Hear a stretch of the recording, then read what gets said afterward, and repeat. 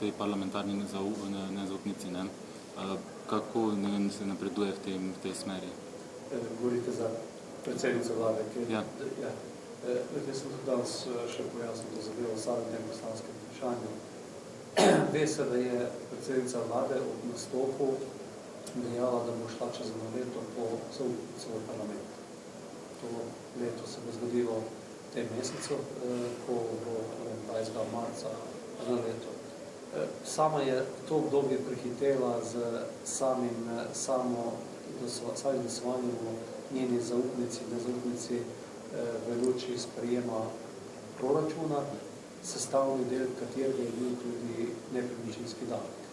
To je dalo na kocko celo zadevo, delno tiste nočne seje, in glede na to, da je bila njena zaupnica izglasovana z strani koalicije, takrat, ko je imela pod streho, če tako pravim, zdaj eno in drugo, je zelo resno vprašanje, in to predvsem ne si samo poskušal govoriti in premislil o tem, kaj sedaj, ko je davek na nepremičnine na ustavnem sodišču, po tistem, kar samo celim, pa tako sem prisotno na javni razpravi, imajo ustavni sodniki zelo velike vsebinske pomisleke glede tega zakona in tudi sicer je velika verjetnost, da bo ta projekt zaustavljen strani predsednice vlade.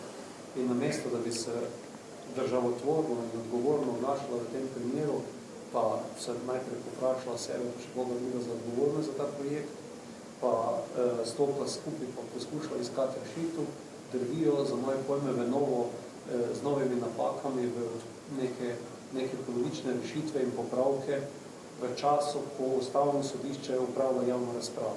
In zato mislim, da je to neodgovorno strani predsednice in sem javno pozval k temu, da bi po mojem prepričanju v neki normalni evropski demokratični državi kdo se resno vprašal ali še vredi tega zaupanja.